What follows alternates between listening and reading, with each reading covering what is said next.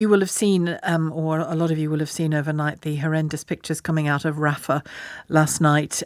Let's talk about this with Professor Michael Clark, Professor of Defence and Security and former Director General of RUSI. Good afternoon to you. Thanks for joining us. Hello, Sheila.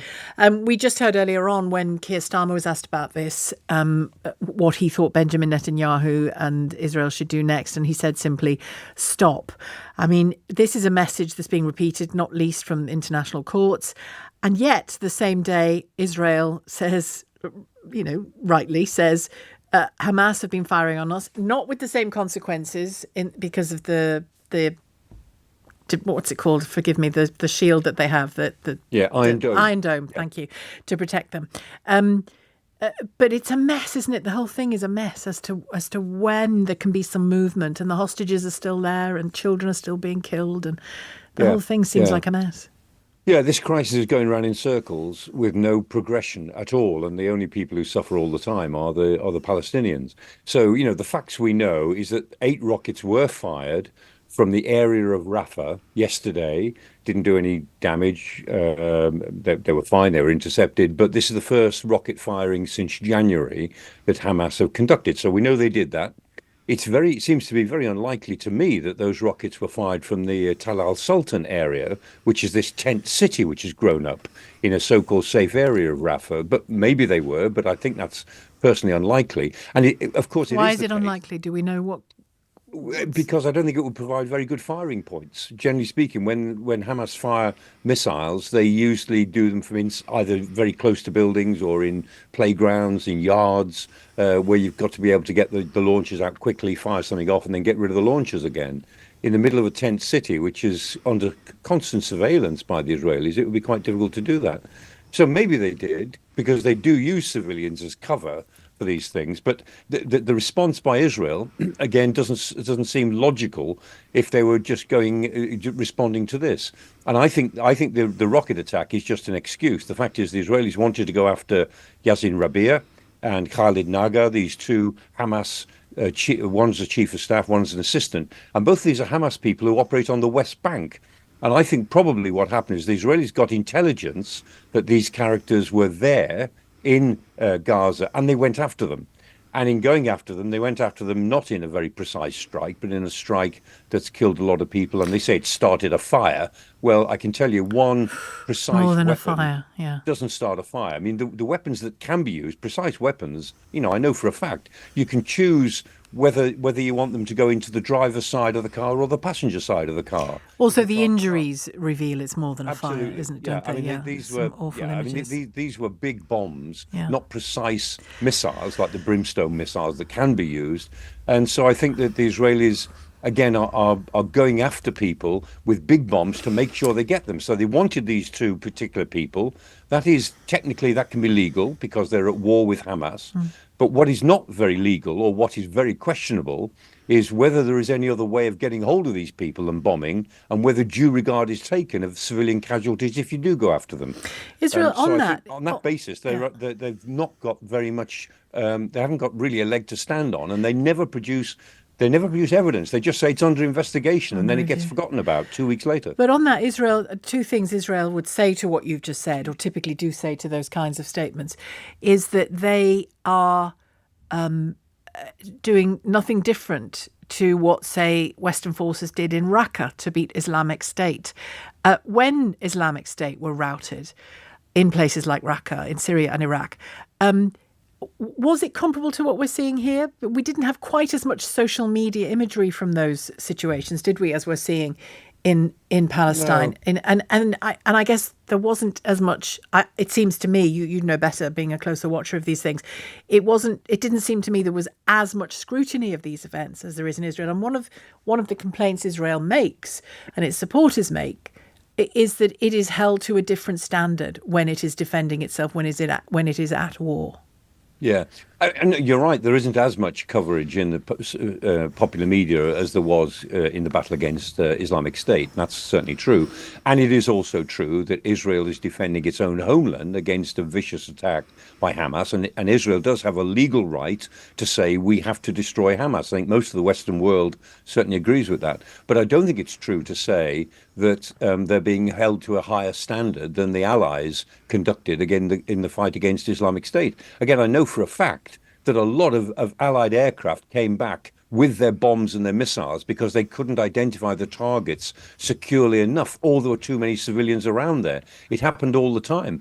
In fact, the operation against Islamic State took quite a lot longer than it might have taken, simply because the targeting policy was much tighter and had greater integrity. That doesn't stop mistakes being made, but I think there's a difference in a targeting policy that tries genuinely to avoid civilian casualties, and one that is quite honestly quite cavalier about civilian casualties. When the Israelis have a target to go after, they go after it almost regardless of the civilian casualties. They claim that isn't the case, but if you look at the numbers, it's very hard to sustain their argument. And as I say, when they say we're investigating, they say this every time, and nothing happens.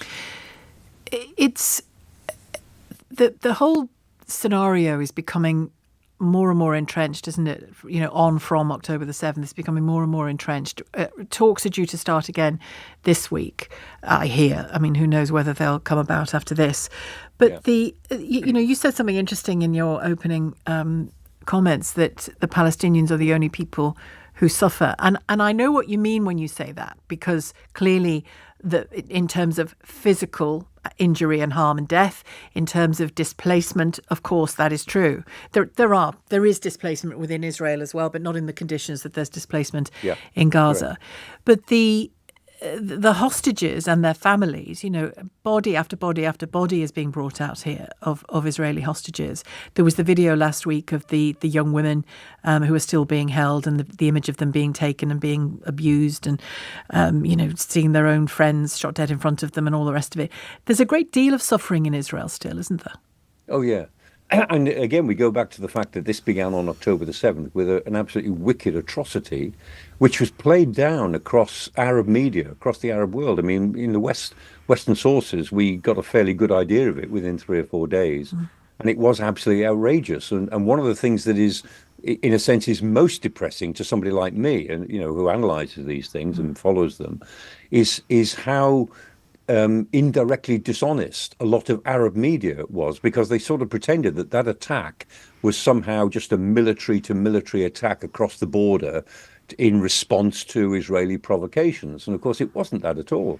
It was the most wicked sort of terrorist atrocity conducted as widely as possible against as many people as possible. And yes, of course, it's left an awful lot of grieving people in Israel. It's left Israel shocked, because one of the features of Israeli policy over the last 30 or 40 years is to say to people around the world, look, if you're a persecuted Jew, come to Israel and you'll be safe. This is your homeland. You will be safe here. And the 7th of October attacks have actually diminished that sense of safety in a very unpleasant way. And on the hopes for better for both sets of people, these talks, I mean, can you imagine that they'll take place? I mean, sometimes, the worst things do happen and talks still continue extraordinarily. Yeah. But what's your sense of that? Or is it difficult to tell from our position? Well, I think the best we can hope for is a temporary ceasefire. And the Israelis, again, will delay that until they've taken more of Rafah itself, and the release of some hostages. And Hamas will delay that and maybe release a few of the remaining, those hostages who remain alive, and the number might be relatively small of the hostages who remain alive. So both sides will delay, because both sides are still playing politics with the whole thing. In the broader sense, we can't even get to square one yet. I mean, square one is where we say there has to be an all-Palestine solution, not just a Gaza solution, but a solution for the West Bank and Gaza.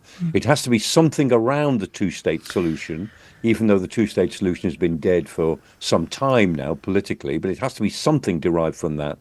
And it's got to involve reconstruction and a new deal, both for Israel and for the Palestinians. Now, that's square one, and we can't even get to square one yet, because the war just keeps going round in circles. The Israeli military response is frankly incoherent. I cannot give you a sensible strategy that the IDF are now following, and I don't think they can either. No. I mean, members of the war cabinet itself have given That's right.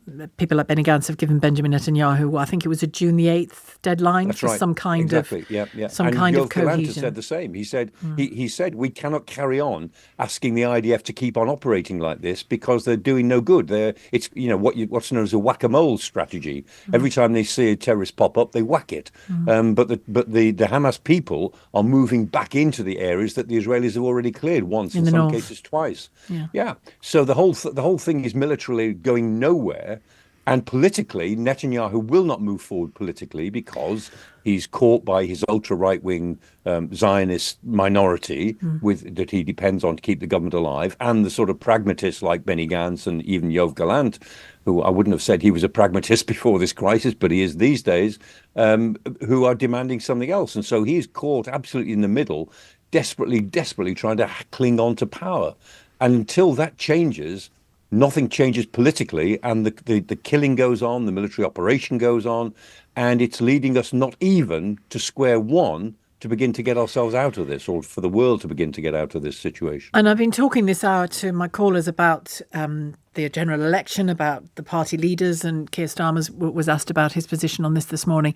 You get the feeling it is going to, or certainly has the capacity to, become a very central theme in this general election, depending on what happens. It might well, yeah. It's already derailing the American election, which hasn't officially begun yet, in a way. But we all know that the Americans are in election year, and it is already a major factor in that, both for and against Democrats and Republicans, because it cuts across the parties, and I think it will do here. It creates intercommunal tension. It leads people into very entrenched positions. It's very hard to get an objective truth out of this because it's an ongoing war. And again, I mean, journalists are not allowed into Gaza. So what we know that's coming out of Gaza is coming out from either Palestinian sources or some of the medics who are there, but no journalists just citizens are allowed into Gaza. Yeah, just citizens taking footage as well. Thank you very much indeed, Professor Michael Clarke.